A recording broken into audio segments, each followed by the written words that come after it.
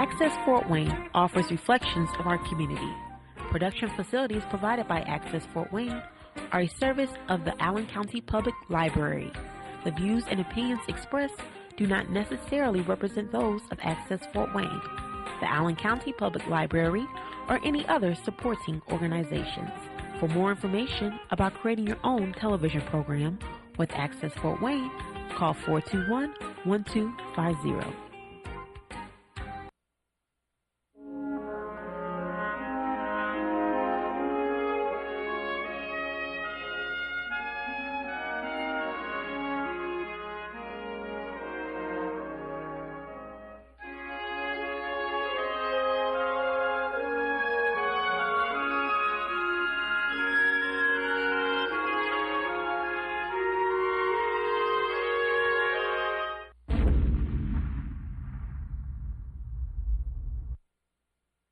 And welcome to our show, The American Veteran. I'm Dale Parrish, your host. Carl Fowler is co-host, and Greg Strohcotter is sitting in with us this morning. Before I introduce our guest, I'd like to thank one of our cameramen. We're going on the 4th year now, and our son Rick has been here every show except one, I believe. And we want to thank him for that. He's works third trick at Tenneco. He's a supervisor there, and he has the opportunity to go on days. So we're going to be losing him. Hate to see him go, but he needs to be on days. Thank you, Rick. Our guest today is Scott Barnett. He's a Marine veteran. He served in Grenada, right? Correct. Yes. Welcome to the show, Scott. Thank you. Thank you. You joined the Marines. Was that any reason you joined? Actually, I think you talked about it earlier. I was in the delayed entry program. I had joined officially, I guess, the Marine Corps when I was a junior in high school. My dad was in the Army in Korea. His brothers were in World War II. My grandfather on my mom's side was on World War II. Had two brothers that were in the Army. Military family. Yeah, so it was a family military tradition. Yeah, kind of a family tradition. Now, my grandfather, who was in World War II in the Marine Corps in the island hopping campaign, his two boys, one had joined the Navy and one had joined the Army. So I was the last descendant that he would see that could join the Marine Corps, and that's what I did. Yeah, so I had my eyes on that for a long, long time. Yeah. What year was that you joined? That's been back in '84. So, yeah. Well, I guess '83 was when I really signed up for it and went down and take the ASVAB and all that kind of stuff. Yeah. There was a big military tradition in the family, and Marine Corps was definitely where I wanted to go in the tradition of the Marines. Yeah, well, we have all the respect in the world for the Marine Corps. Yes, we do. Where'd you take your basic at? I went to San Diego. In the Marine Corps, we're only a quarter of the size of the Army and stuff like that. So really, we only have two places that we do basic training, and the most famous would be Parris Island, PI. But really, they kind of separate that where you go by where you're coming from, and this section of Indiana goes to San Diego. The other being Quantico? No, Parris Island. I'd say in the other area would be Quantico. Virginia, there, Quantico, Virginia, where the... You say here in Indiana, they go to... If you're a basic recruit coming into the Marine Corps and you're from Indiana, you go to boot camp in San Diego. If you were in Ohio, you might go to Parris Island. So they do it by geography as to which boot camp that you go to. You don't really have much choice in the fact, but San Diego was good. I enjoyed Marine Corps boot camp very much. Did you? Yeah. It's longer. It's 13 weeks, or at least it was back in the 80s. It was 13 weeks of boot camp, We didn't have any of that weekend leave or anything like that during boot camp. And in some ways, a little tough because it's right in San Diego. The boot camp's right in San Diego. You're right next to the airport, actually. So you can see the planes leaving and coming in and stuff like that, and know that there's people out there, just going on about their life and stuff like that. But it was an experience that you'll never forget. Anybody that's been through boot camp, that's just, yeah. Well, when was this Grenada business? Yeah, that was in '84 there. Was it? Yeah. It wasn't, in retrospect, it wasn't that big of a deal. We had more casualties with ourselves because it was a joint operation. Everybody wanted in on the whole thing. You had the Army and the Navy and the Marine Corps and the Air Force, and when you get that kind of cross-military push and everybody wants to be part of this and that, and then so miscommunication. Your miscommunication comes in heavily. In fact, there was one side of a hill there. The Army was on one side and the Marine Corps was on the other side, and they were lobbing mortars over to each other. So just saying hello. Just a little friendly reminder that they were there and stuff like that. But I was a crypto tech, so I worked on the encoding and decoding of the messages for the radio gear. So I was in a vault on a ship. Couldn't get to me. I was pretty safe. You're offshore quite a bit? Yeah, and really, you guys probably know this, but ships they're not independent. They go with a fleet of ships. You got all a kinds carrier of protection, and a couple battleships and a few frigates and more than likely a sub somewhere around the perimeter there too. So it'd be very difficult to, in this day and age, I would think, to get to a Navy ship. Yeah, I think the Marines was the one that made the beach landing, aren't they? Sure. One day. Yeah. I don't know how the rest of them got there. Well, some were airdropped in and stuff like that. But yeah, the Marine Corps is kind of known for their beach landings. Amphibious landings. Yeah, we enjoy that. Well, somebody's got to do it, and they've trained for it. Yeah. More so probably than the other services. Yeah, our strong ties with the Navy, that's forte. They take you there and drop you off. They're your transportation. A motor pool. They were our motor pool. Navy guy wouldn't like you to hear that, but but they've got their own little sayings about us too. Sure. So Yeah. Friendly. Yeah, absolutely. There's the United States Navy is a top-notch organization. There's no doubt about it.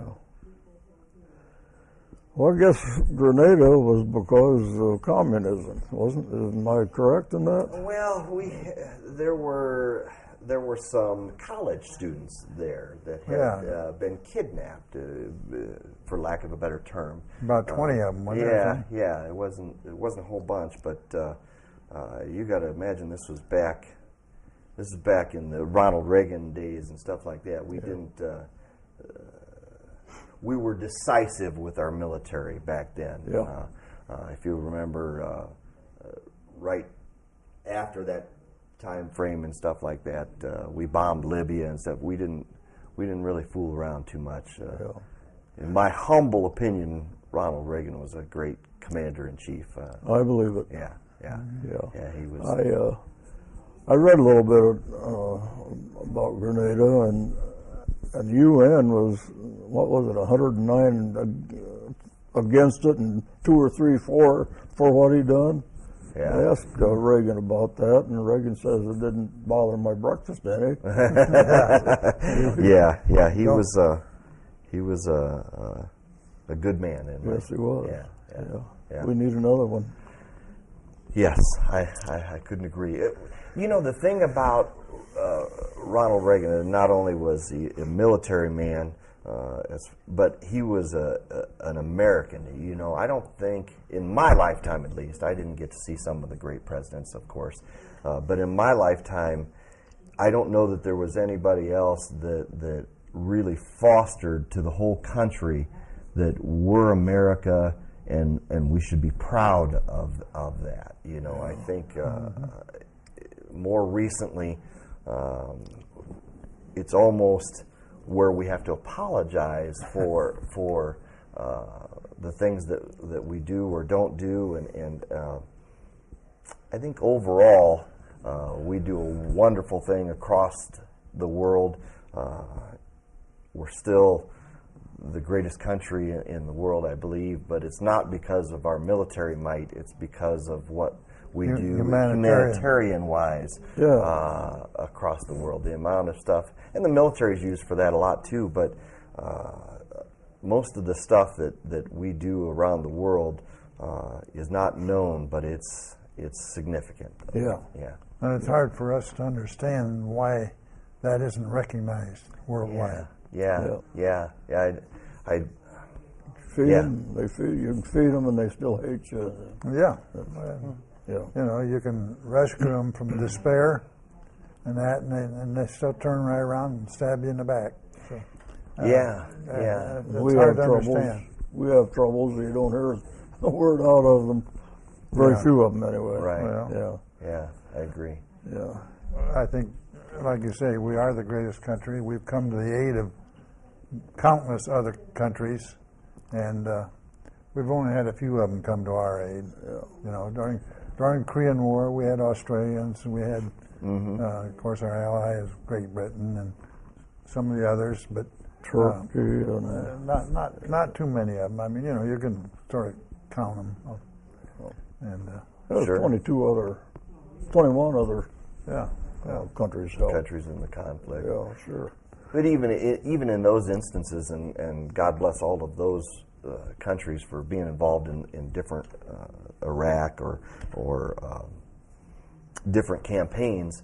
But let's not kid ourselves. We're leading the charge in most of that stuff. yeah. Yeah. And if you're like I am, you sort of have a wonder of, can we keep it up? How long? Being the world's police and that sort of thing, I don't know. History has shown that, you know, the French, the English have all been world leaders at one time, the Spanish, and it comes to an end. Sure. Yeah, you're right. It's a cyclical thing. I hate to see us pull back from that because of bad press or whatever the case may be, because at this time in the world, I don't believe anybody else is going to pick up that mantle. And I think we're seeing that in some places in Iraq where we've pulled out and stuff like that, and now things are whiplashing back around, and nobody else is picking up the mantle. And when I heard a saying once, I'm going to misquote it, I'm sure. The only time evil will flourish is when good men do nothing. Right. And I wish I knew who to attribute that to, but I believe that to be true in your own life, but certainly on a world stage. And I don't believe anybody else is capable or willing to do some of the things that we can do. And if we can do it, we should do it. Yeah. And I think that's a very good point, Scott. But then, you know, I'm also, you know, going to take the antagonist point of view and say, you know, we help out all these other countries and we're the world's policemen. Maybe that's why these other countries hate us so much, because we're always sticking our nose into other people's business and trying to do the right things, and we're helping out their enemy. So, you know, the friend of my enemy is my enemy. You know, and, you know, at the same time, you know, we're giving, you know, millions and billions of dollars away to these, you know, these third world countries, but at the same time, you know, we've got our own VA scandal, you know, where we're not taking care of our veterans, and we have, you know, our homeless numbers are crazy high, and, you know, we have malnourished children, and we've got all these people on food stamps and whatnot, and that's what the opposing side will say, well, why don't we invest this money in America? rather than giving to these people who are trying to kill us. Yeah. And they're burning our flags and they're hating us. That was part of my point is, can we keep it up? Yeah. No, I think we're spending ourselves into oblivion. As much as we want to do the right thing and so forth and help wherever we can, it's costing us so much money that I don't think we can keep it up. Yeah, that's a good point. So it has to come to an end, and I think that's what's happened to all these other countries that were world leaders at one time. You just spend yourself into bankruptcy, and it takes forever to recover. Yeah, yeah. And I think we're at that point right now, bankruptcy, where it's going to take us a long time to recover, if we ever do. Mm-hmm. Mm-hmm. And as much as our military goes in and does humanitarian things and everything, that's great. Why is it so different now? Go ahead. But I'm wondering, who gets the credit for going in and helping? Is it the military, or is it the ambassadors, the politicians, and so forth, go in and so represent our country, so to speak? Mm-hmm. I think lots of the deals they make and so forth, this way gets lots of press. But the military, it's out there doing a job every day. Sometimes they get bad press for little things that happen, instead of getting good press for the good things that happen. Right, right. Yeah, you've got a good point. Certainly, taking care of our own needs should be a top priority, I would think, before you take care of other people's needs. But there are some people out there in the world that are going to dislike us no matter what we do or don't do. Sure. There's religious differences and other differences. Sure. Ideological differences and unfortunately, you would think mankind as a whole would have advanced far enough that we could take care of things in a better way, but I don't think we have, and while we haven't, the military is still, It's our necessity. Yes. I was going to say, why is it so different now? We went through World War II and didn't go broke. And of course, Korea and Vietnam wasn't as big a comparison financially. They didn't go broke. Well, but yet I feel we're going broke now. We had viable economy. World War II established that. We came out of the Depression. We went into World War II. Everything was manufacturing. We were building all the military equipment. So we're this way. Once that was over, we were still okay economically until we started shipping jobs overseas. And so then we've shipped so many jobs overseas that the funds aren't here anymore. The tax base isn't here. The tax base is overseas. The average worker, you, me, had jobs. We paid taxes. Now, if you don't have a job, how are you going to pay taxes? If you don't pay taxes, how can the government function? True. If that income isn't coming into the government? And we're hurting ourselves. And like you say, we got to do something here for ourselves.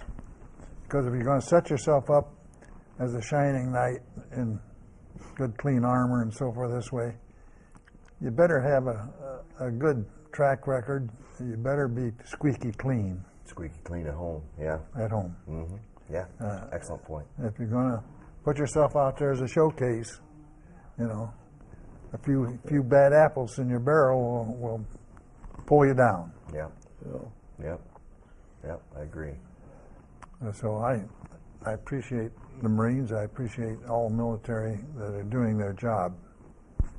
And so, how long were you in the Marines? I was in 4 years. So that's a standard enlistment? Yeah, kind of your standard enlistment. I started working for, when I got out, we were still in pretty good. You were talking about manufacturing. We were still in pretty good production of different stuff, and I started working for Magnavox 6 days after I was out of the Marine Corps, working on warheads for bombs and different stuff like that. Yeah. So since then, that military industry, and maybe it's come back a little bit because of the different stuff that we've been involved in over the last few years, but at that time, that kind of fell out a little bit. Yeah.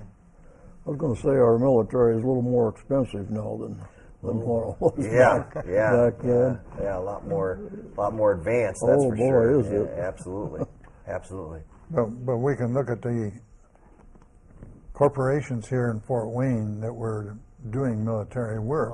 Oh boy. You had General Electric, you had International Harvester, had Dana, which is now down.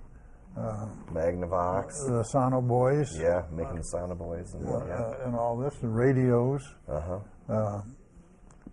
So there was lots of that stuff going on. Is that stuff going on today? Not here in Fort Wayne. Maybe somewhere else, but overseas, not here. Yeah, my dad explained to me, that Harvester during the wartime, just switched over completely to cranking out, military vehicles, deuce and a half, I assume, or 5 tons. Sure. Trucks. Yeah, trucks for the military and stuff like that. Yeah. Instead of wash machines, they made machine guns here. We had lots of little, what you call warehouse companies that were just making parts. Yeah. And those going to other places to build an assembly of a, Yeah. I think he told me, too, that that women during that period of time would turn in their silk stockings that somebody would make parachutes out of and stuff like that. So that's we were very good at sacrifice in those eras. The patriotism in World War II was real high. I mean, the women that did cooking and so forth saved their grease, so that grease was used in munitions. Oh, really? Yes. Oh, yeah. Things were rationed, rubber tires, sugar, lots of stuff this way. You had food stamps. You had to ration, turn in to get something. Sally still got some clothing stamps. Sure. For shoes. Yeah. So patriotism, and the people cooperated quite well during that. You had a national goal, High school kids collecting junk, metal. Yeah, scrap metal and everything, was turned in, and melted down, built tanks, guns, whatever. That's amazing. That's amazing. That really is. And you don't see any of that today. No. You don't see any of it. No. Well, in some ways, we have recycling of plastics and stuff this way. Yeah. But that's all commercial. That's not a right. That's another business. That's that's a business. That's not a military need. Yeah. In some ways, the military is so proficient now at doing things, and it's from a distance, and in most instances and stuff like that. I don't believe that the people back home. I don't want to say it's like a video game to them or something like that, but they don't feel the same commitment. Right. We was talking about that in the last program.